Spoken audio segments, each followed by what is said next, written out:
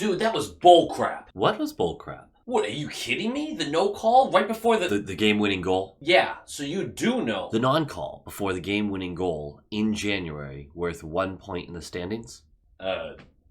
Yeah. What was the call? What are you doing right now? It was obviously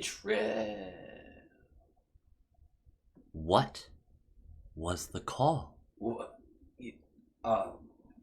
Pasta stick. What was the call?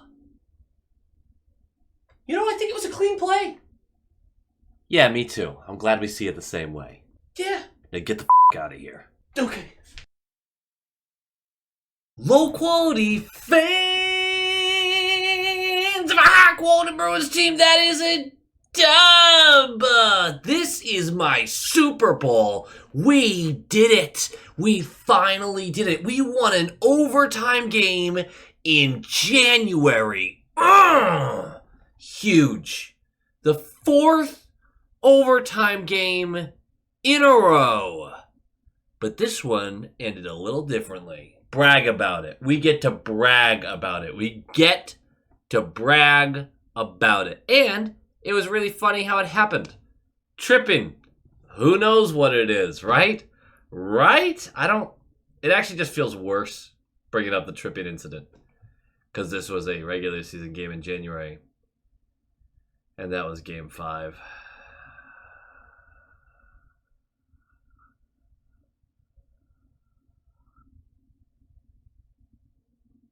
Hey, we won! That's great news. That's great news. This was our first meeting with the Blues this year.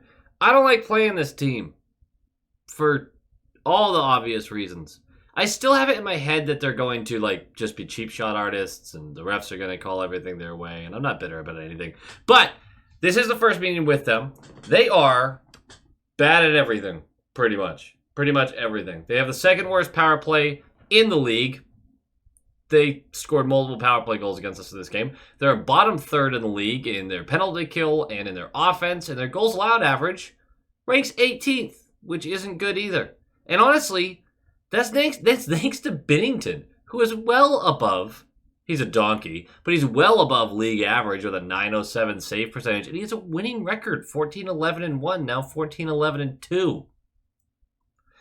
Relax. Everyone calm down. I'm just a little heated right now. So, we would all like to point and laugh at this team not being great, but over the last 10 games, they've gone 6-4. That's nothing to brag about. But here's a list of the teams that they've beaten during that stretch. They've beaten the Rangers, Canucks, Stars, Panthers, and Hurricanes. Those are 5 legitimately good teams. Their 4 losses in that 10 were against the Avs, Lightning, Penguins, and Panthers. They're playing really solid hockey right now. So this win, although you sit there and go, the Blues are bad, who cares? That was a strong win against a team that's playing well. Genuinely playing well. Screw them, though. Because, man, were we the better team all night. All night. Which actually makes some of this infuriating. But for our notes, we've had 3 overtime losses in a row. We knew this was going to overtime. You knew. When we took the lead in the 3rd period, you knew for sure that this was going to overtime. I know you did, because you're smart. You know these things. Is that me being negative? No. I still knew we were going to win it. I always know we're going to win every game. We could be down by 8 goals, and I know we're going to win that game. I have no problem being wrong about things. You knew. Now, there is some good news to share, though. Olmark's MRI shows no damage. Now, that doesn't mean that there's no injury to take care of. There is, and these can be nagging injuries. But it's a hell of a lot better than some sort of ACL injury or real pulled groin. There's all sorts of bad stuff that can happen in that general area. This was good news. This was good news, and with a backup as good as Swayman, if you could even refer to him as that, you get to take all the time you really need with Ullmark. You don't have to force him back in the lineup sooner than he has to be. That's the luxury we get. That's the reason you don't trade your other goaltender. Speaking of goaltenders, Swayman is joining Pasternak at the All-Star Games along with Monty. Monty gets to go because we are the best team in the Atlantic Division. Swayman gets to go because of the fan vote, and Pasternak was chosen. So, great. We have an anemic squad up front for this game. The top line goes Boquist, Geeky, Pasternak. That line didn't last long. It was awful. And I think Boquist has actually been playing pretty solid. Pretty solid. He's got his shortcomings. He's not supposed to be in a top 6 role. That's all it is. Marchand, Coyle, DeBrusk, JVR, Freddie, Heinen, Lauko, Beecher, Steen, Lohrei, McAvoy, Lindholm, Wotherspoon, Grizz, Shattenkirk, Swayman. I saw the listing say Lohrei, McAvoy. It didn't turn out that way. It was mostly Grizz, McAvoy. Now, we know Carlo's still out, and we know Forbort and Patra are as well, and you might be asking, wait, hold on, we're missing someone up front. Yeah, that would be Zacha, who has an illness. He got sick. He has a sick day. That seems pretty fair to me. That top line is egregious. You look at it, and you just want to vomit everywhere. Everywhere. You can get away with Marchand, Coyle, DeBrusk. You go, yeah, that's a top 6-ish line, right? That's like a weird one, but it's top 6. Boquist, Geeky, Pasternak. My goodness. Now, the important thing to remember here, though, is like, comment, subscribe. Nailed it. Let's talk about this game. Puck drops! Sway had to bail us out early. First 2 minutes, made 2 big saves. And then the Boston Bruins felt like they started getting into a little bit of a groove. And about 5 minutes in, Wotherspoon, who's just been really solid. Dude, Wotherspoon is 26 years old. He's not some like young prospect that's jumping into the league and wowing us. Like, this is a guy who's just trying to stay in the NHL. And he's doing a phenomenal job at it. He's a defensive defenseman. Sort of. And you know what we don't do a lot? We don't say his name during the game a lot. How often have we talked about, man, defensemen who you never say their name are really good defensemen. There's the McAvoy types where you have to say their name. And then there's the Grizz or Lindholm where you're expecting offense. You're expecting forward plays. You gotta say their name. But your Forborts, your Carlos, those are guys that you don't want to say their name. You want to forget they're even there. Because all they're doing is eliminating threats. And when that happens, your eye isn't drawn there. It's harder to pick up. Those are some of the hardest guys to scout. Because unless you're going to individually watch that player, which a lot of scouts do, they have lists, they know who they're like looking to watch. But unless you're focusing in on that guy, all you see is the fact that they didn't go to his side of the ice. And I think Wotherspoon's been doing a really great job with that. I'm already going on rants here. Wotherspoon wins a battle behind our net, pushes the puck up to DeBrusk, who leads a 3-on-2. And as we cross into the ozone, the puck was dropped from Marchand, who's just going to take a shot from the high slot. You know, why not? Puck's to the net. Save made. Puck trickles out to DeBrusk, who this close to beating Binnington, doesn't get there. Puck ends up getting scooted behind the net. Coyle bashes his way in, grabs that, chucks it to Marchand, who's 2 feet in front of Binnington, who just roofs it. And it's 1-0. That's your 900th point for Bradley Marchand, the captain of the Boston Bruins. The next couple of minutes aren't great, though. 6:07 in. This was way too easy. Kapanen, people are mad at Lohrei. Kapanen's really fast. And he goes down the right wall, and Lohrei's kind of sticking with him, but he's not able to pin the guy. So he just kind of keeps his eye on him. And he lets him stay to the outside, doesn't give him a chance on the net. That's a fine defensive play. And Kapanen circles behind the net. Lohrei's got the net front presence. McAvoy is pressuring Kapanen. And Heinen's got a defenseman too. Heinen's defending a player too. The problem here is Kapanen, as he's swooping around, sees that Kevin Hayes is coming into the slot all alone with no coverage. And Lauko is standing in no man's land. He's doing nothing. Not covering anything. The pass from Kapanen to Kevin Hayes, easy for them to set this up. And he just bashes it by Swayman. It's 1-1.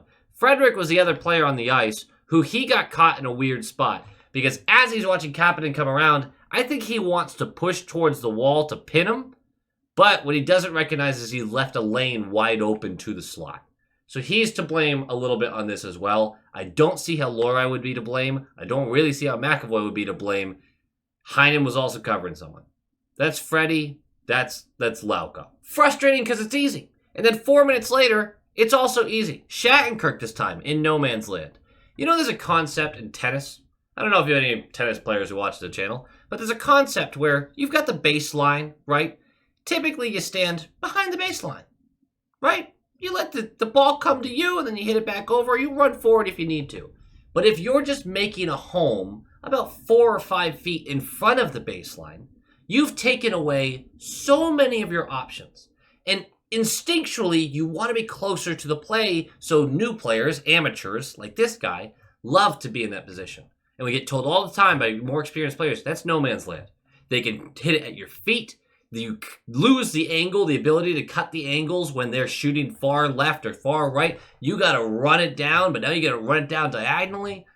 You lose options. Shattenkirk is in no man's land because he's 6 feet in front of the blue line in the neutral zone. The blue line being our blue line. And so they just make a pass from their defensive zone all the way up to Kevin Hayes, who's on the left side of our blue line, all alone behind Shattenkirk, and he gets a freebie, walks right into that left circle and beats Swayman glove side, far glove side. It's offsides. After a review, we find that out. It doesn't count, thank goodness. But still, the concept stands. Shattenkirk, just cover your guy. You can be that far back. You know this. I know you know this. This was just a bad play. And again, it was too easy, but it didn't result in a goal, so we're going to move on. 9:12 left of the period. McAvoy's going to get boarded. We're going to go to the power play. We do nothing with it, and that's your period. The second line is going to start, and we get new lines. Marchand, Coyle, Pasternak, which seems right. That feels right. Heinen, Frederick, DeBrusque, which was a fun line. JVR, Boquist, Geeky. Both Boquist and Geeky got demoted just like that. And then Lauko, Beecher, Steen. 6:26 into the period. The Bruins are all over the Blues. Second period starting on, we're all over them. They finally get the puck out of their zone, but we're going to swoop it right back in. And it's a JVR toss down the left wall to Boquist, who catches up and feeds the trailing McAvoy high in the slot, who needs some nifty puck work just to contain this pass. It's a little bit weird, and he's in tight, but he recollects and beats Binnington 5-hole, embarrassingly so. You love to see it. And it's 2-1! Unfortunately, about 3 minutes later, Marchand is going to go for slashing. The slashing was a weak call, but he hit him in the gloves. And that's... Look, I'm not that mad at that call because I just see it called all the time. I don't know why we're acting like that's not called pretty frequently. The refs missed a bunch of crap, but that is called a lot. Unfortunately, it's about as simple as they come. 20 seconds into the power play, the Blues get set up. They move the puck up to the point. Dead center, really. They're going to chuck it on net. Swayman makes the initial save, but unfortunately, it bounces right to Kyrou, who gets that rebound and tosses it across the crease to Neighbors, who has a wide open net for a tap-in. It's 2-2, power play goal. They get their power play goal. 5:26 left. Kyrou is going to go for tripping. We're going to the power play. We do nothing with it. Third period starts. 6:38 in. Shen's going to go for hooking. Power play for us. Pasta's going to blow a tire during this power play to lead into a Koppinen breakaway, who attempts a 5-hole shot. Swayman stones him. It was a little scary too, but he made the stop. A game-changing stop. Because during this play, Sundqvist knocks down McAvoy, who's chasing the play. And they call interference. It's 5-on-3 for a minute 13. Unstoppable play 20 seconds into this. We win the faceoff. We get set up. It's Marchand on the right circle. He chucks it to JVR, who's directly in front of Binnington. And he's going to go through the legs, no-look pass to Pasta's office. And Pasta collects the puck. Everyone still shifts. They were savvy to this. They were ready to react. Pasta makes the extra pass, goes right back across to the slot to Marchand, who gets a wide open net. 3-2, power play goal, and we still have $1:40 left on the power play. And Pasternak's now sole possession of 10th on the franchise points list, which is great too. Unfortunately, with 1:06 left of this power play, we get too many men called on us. JVR is blissfully skating back to the bench. It looks like this was mostly on him, according to Monty too, because JVR did not get a lot of shifts after this. I don't know. It was egregious, though. And to have too many men, really? You have another minute left. You could have just choked him out in this game. Instead, you let them right back into it. So we're 4v4 for 106 and then have a penalty kill to kill, which we do kill it. It's mostly Swayman who does it with 2 massive saves. And then 6:43 left, Lindholm for interference. We're going to go to the penalty kill. And it fails again. 1:30 into the Blues power play. They get set up. It's another shot from the middle of the blue line by Paranovich. I'm not very familiar with him. It's tipped by Sundqvist right in front of Swayman to beat him. And it's 3-3 power play goal. We're going to overtime. And overtime was hilarious. Because Blues fans are going to be upset. Because we got away with a blatant tripping. Pasternak appears to have tripped up Robert Thomas, which resulted in a 2-on-1 the other way. McAvoy has it on the right side of the slot. He doesn't even think about passing this. He goes, Sniper Rooney and cheese! Top blocker side. Just pinging in. Ugh, gorgeous. It's your 4-3 final in overtime. That's a dub. That is a dub! And you know what? I really don't have any game notes for this. DeBrusk was awesome and ended up with 0 points. One of his best games of the year. He was fantastic. So good. Fourth line struggled, but Beecher was really good from the dot. But that was the only line that didn't win its matchup through the night. We were the better team, I really thought, through basically the whole night. We deserved this win. We deserve this win. The PK is becoming an issue, but getting healthy should fix some of that. Carlo missing from it is huge, and we're talking about Forbort and whether Forbort really solidifies anything, but I'm interested to see if he comes back in if that penalty kill improves. So I know he's going to get game time once he gets back to health, whenever that is. But that's it. That's the whole game notes. I don't have that much to say about it. Just a weird game where we kept letting them back in. But we deserved that win. And let's be honest, we kind of needed to feel a little better about the road trip. 5 points out of 4 games. I'll take that in a West Coast swing. I'll take that. If we had not won this game, I would be much more irate. Go Bees! Thank you for watching, but of course, we've got to give a shout out to the low-quality YouTube channel members. Need a real name for that one of these days. Starting with the top line tier, the Atomic Lizard, Bradley Johnson, Aaron Adams, Coach D, Just Aaron, Han Slomo, Darren Woodbury, Micro Sausage, Brett Arney, Pincent, Justin Barnard, and Nick Zatrullo. You guys are studs. And then we have our Stallions, Abraxion, Hailey E. Coyote, Joel, Jacob Pratt, Jason Ozzy Bruin Connolly, Tupton Detashi, Jonathan Harvey, DeKingery, The Only Newts, A Tasty Snack, Doots42, Bruin Smash, and Jeremy. Absolute legends. Thank you guys so much for your support, and go Bees.